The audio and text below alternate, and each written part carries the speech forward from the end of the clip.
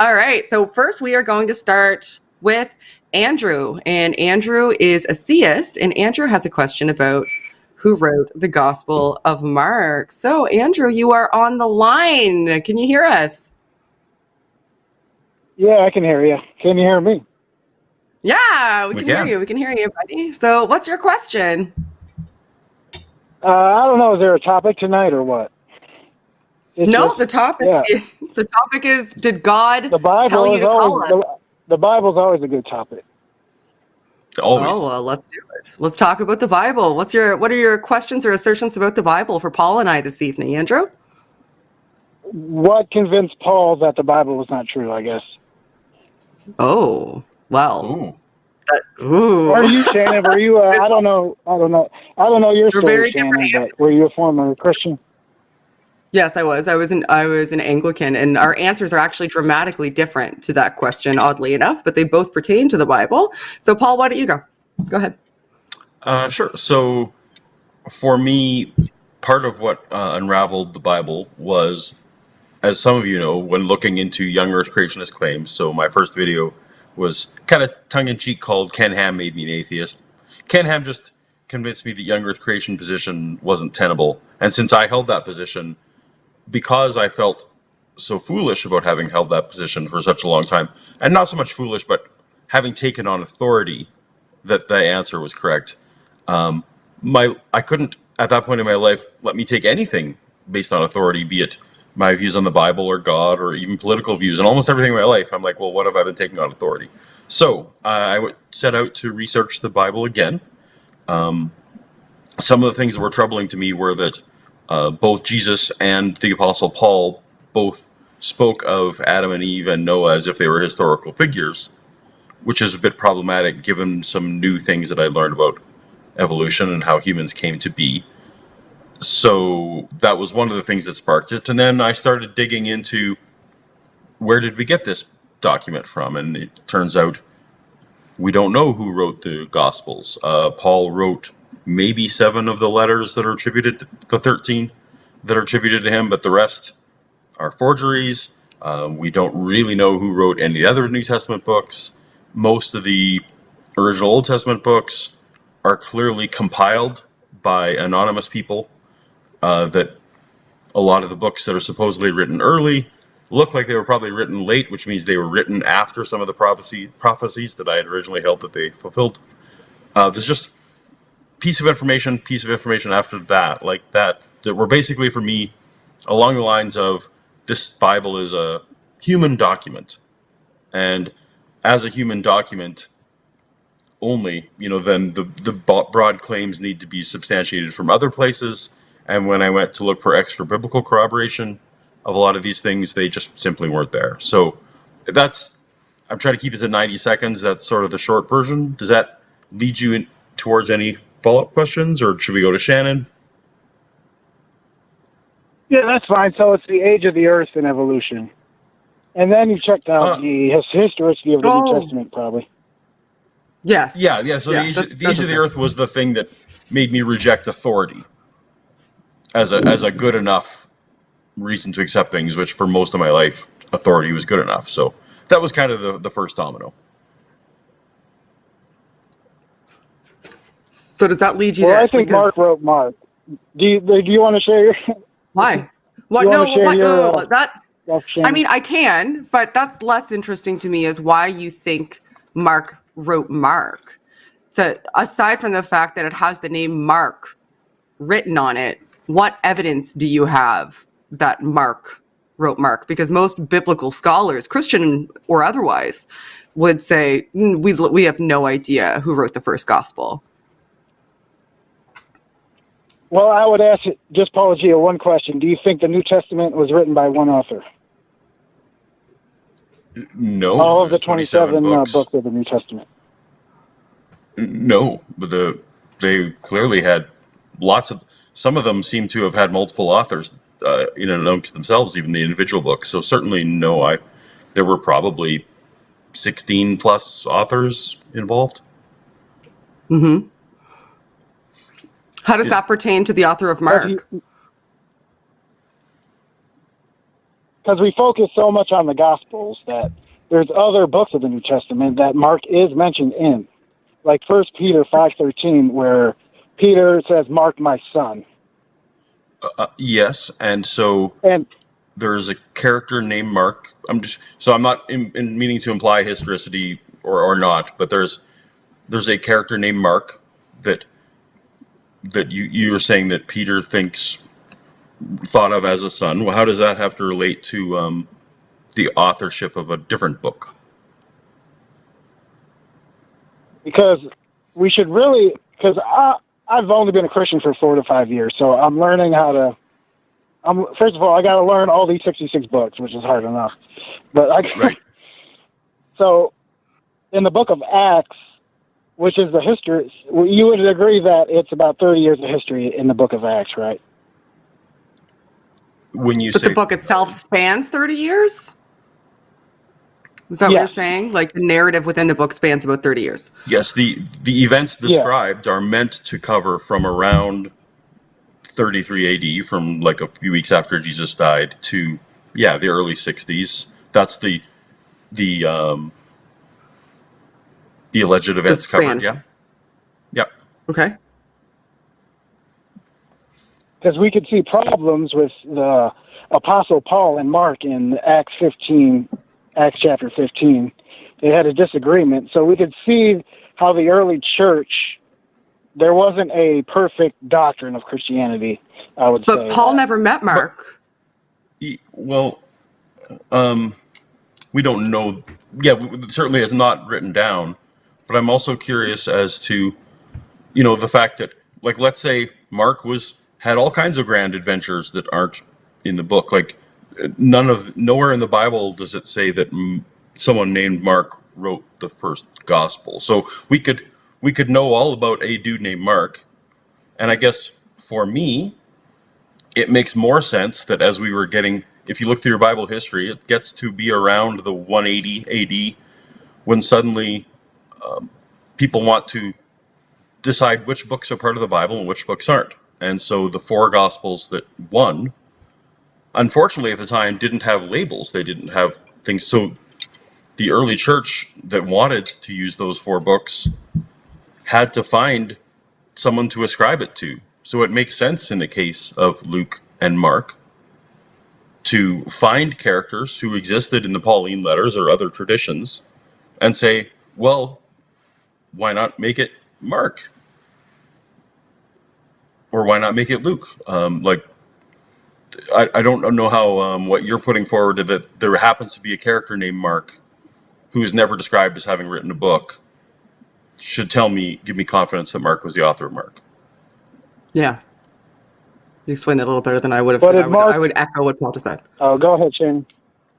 I was just saying that I would echo what Paul just said. He maybe described that a little bit better. You're saying, I know that the Gospel of Mark was written by Mark because later on in the Bible, in Acts, which was written after Jesus' death, there's reference to a character named Mark. So the name Mark comes up and is referenced as one of Jesus' apostles. Thus, like, how do I get from there to recognizing that Mark is acknowledged as existing to Mark, in fact, wrote this gospel? Where do you draw that connection? Mark I would consider Mark a partial eyewitness, because in Mark 14:51 through 52, he describes himself as a young boy, and it says, and a young man followed him with nothing but a linen cloth about his body, and they seized him. But he left the linen cloth and ran away naked. So Mark puts himself. This is only in the Gospel of Mark. It's not in the other. I'm sorry to laugh there. You made me think of a movie that Shannon and I saw.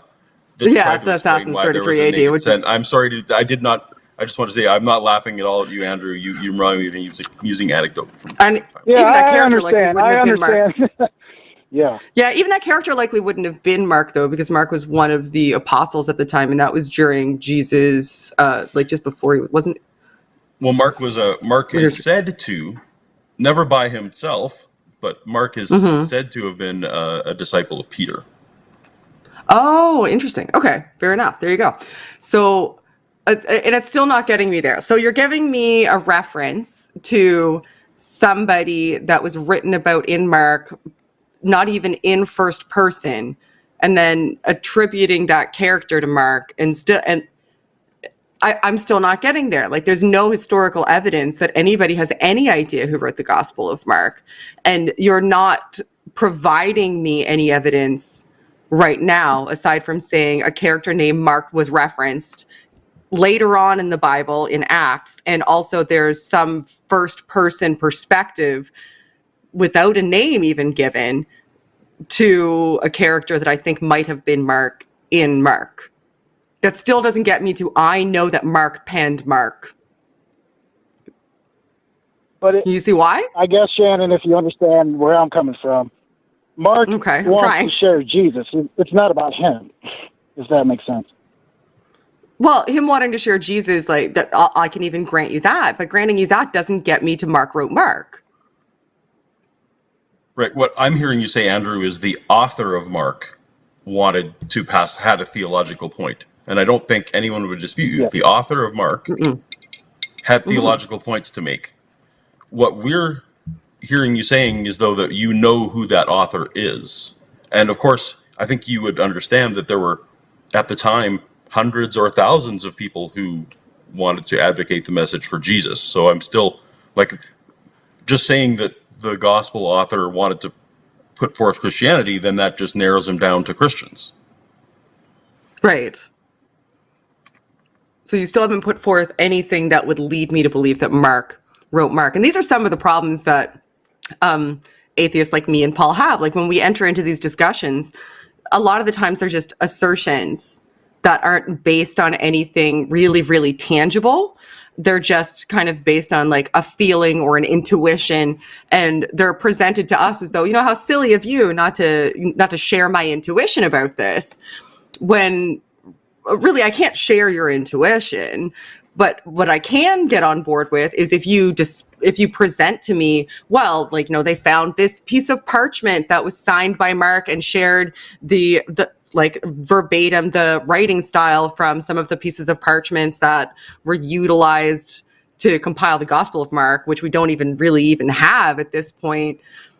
Like, if you showed me something tangible that was, you know, referential in, you know, reality, then I could get there. But you're essentially saying a book that I don't personally believe in, that was written admittedly by you for theological purposes by a multitude of authors, that has, you know, some issues in between the books themselves. Like, if you look at Matthew's like 80% Mark, and what it isn't is clearly changed for theological purposes.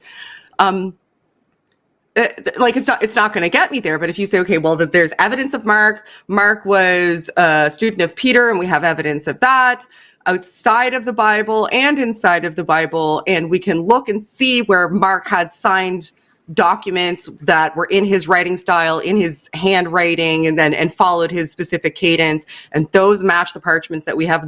Then I'd be like, okay, yeah, sure. So Mark wrote Mark. But right now, all I have to go on is, Shannon, you have to understand that this guy wanted to share Jesus, and also Mark's referenced later, and some of it was talked about in the first person, and the Mark is on the title. So obviously Mark wrote it. I have an intuition about that. Can you see where I might deviate from that perspective, given that I don't start with the presupposition that I believe the book itself is even true? I understand your point, but take something simple like in Acts chapter 18, where Luke, who wrote Acts, I don't know if you think that or not. I don't. But he records that the Roman Emperor Claudius expelled the Jews from Rome. Mm-hmm. And that's corroborated outside the Bible by Suetonius and Cassius Dio. Okay, but you just quoted a book. Really, you just quoted a book that you don't think was written by Mark. Are we getting to how that's connected to Mark? What was the question? You just quoted a passage from a book that you don't think was written by Mark, that didn't reference the book of Mark nor anyone. So, are you driving towards a point on the authorship of Mark? My point is that Mark and Luke both knew each other. Okay, but and that is in verse. even if That's in Philemon, there verse was a 24. historical Mark and a They historical both Luke that knew mention each it. other. Okay, like great. What was So the question? there was a historical Mark and a historical Luke, and they were best buddies, and they hung out, and they, Yes. they broke bread in each other's homes. Great. How does that relate to that either one wrote a book in the Bible? Is your problem that, I guess, let's take the book of Hebrews. We think Paul might have wrote that, but it doesn't. We really don't know who wrote the book of Hebrews. Very few people think that Paul wrote it. Okay, would that prove ahead. the Bible is not true? If you didn't know who the author was, I think that's the point both of you are trying to make. No. I'm not. That's not the point. Not at all. I don't. It's authorship being in question isn't the problem for either of us, but you're attempting to assert that you know the authorship, and that should increase our confidence in the book. So I have a multitude of other problems, as does Paul. Sorry to interrupt you there, Paul.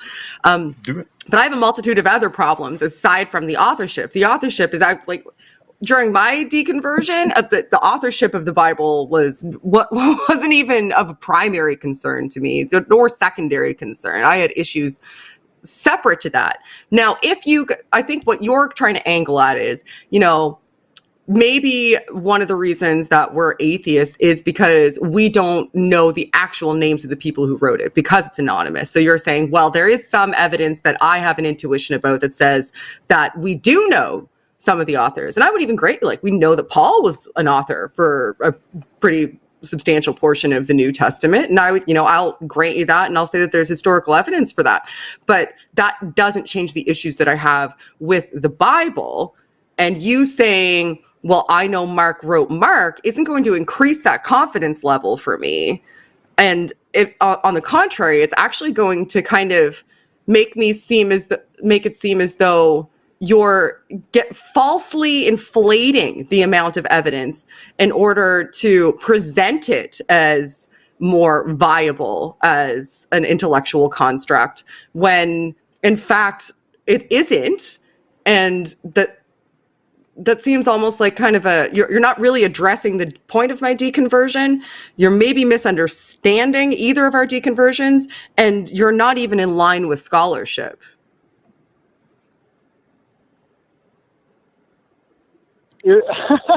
I've read a little Bart Ehrman, and no, but there are many Christian scholars you can go ahead.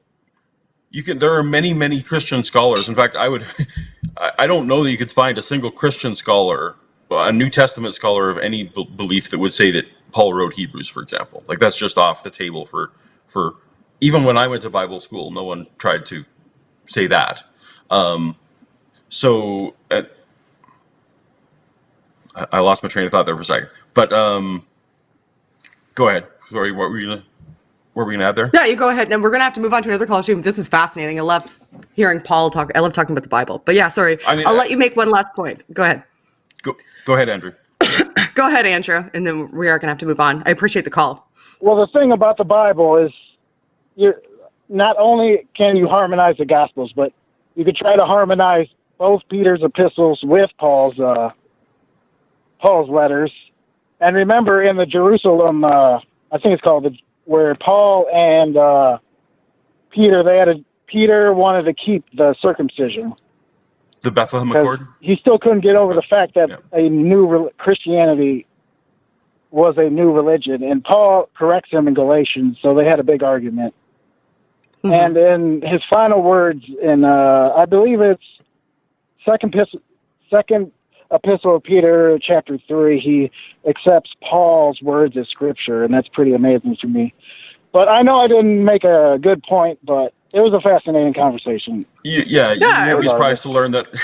You won't be surprised to learn I don't think that Peter wrote First or Second Peter. So it's all Anyway, thank you for the call. That was great. I would just say, I guess in general, all right, thank you very much. Because possible harmonization can happen on various things. Like, you could attempt to harmonize various versions of the Lord of the Rings books and movies where they clearly come to each other. But you can come up with their theories. Like, if you want to harmonize things, you can. The question in general for us was, is the Bible true? And who the names of the Gospels were is unrelated to its truth value, but we were just curious because you had such strong it's one component, right? It's one component. Like, you identifying the authorship of something in any sort of like solidified way doesn't, like, that's one step. Then I could write a book right now. I could write it in front of you, and every word of it could be a lie.